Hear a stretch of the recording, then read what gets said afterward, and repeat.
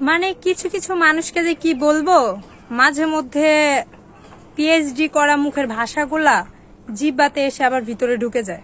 মানে কথা হচ্ছে কি, তাদের কথা হচ্ছে মানে আমরা টিকটক করি দেখে আমরা নামাজ কালাম কিচ্ছু পড়ি না, আর যদিও পড়ে থাকি তাহলে জায়নামাজের উপরে ফোনটা রেখে নামাজের ভিডিওটাও করে দেখাতে হবে, এমন কিছু আর কি তারা গেস করে। মানে এমন কিছু আমাদের করতে বলে। সমস্যা কি, এইটা একটা বিনোদন প্ল্যাটফর্ম। ভালো লাগলে থাকবেন, না লাগলে চলে যাবেন।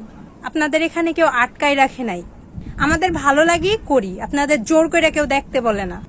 আপনারা এত ভালো হতে আবার এই অ্যাপটা নামিয়ে মানুষের ভিডিও দেখেন আর বাজে বাজে কমেন্ট কেন করতে আসেন? এত যখন ভালো, এত যখন জ্ঞানী লোক, সারাদিন জায়নামাজের উপরে বসে থাকবেন? এই অ্যাপটা ফোনে থাকাই আপনাদের উচিত না। টিকটক অ্যাপটা ফোনে থাকাই উচিত না। কেন রাখবেন? আপনারা তো জ্ঞানী লোক, খুব বুঝেন, খুব জানেন, জানিয়ালা। বুঝছেন নাই? এত কি প্রবলেম ভাই? আপনাদেরকে জোর করে দেখতে বলে?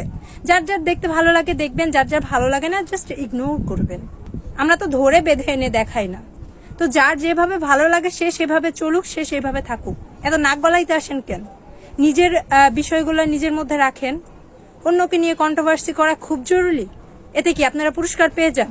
আজব লোকজন, মানে কমন সেন্স তো নাই, আবার লোকদের মতো একদমই, মানে কি বলবো, আমার কোনো আর মুখের ভাষাই নেই।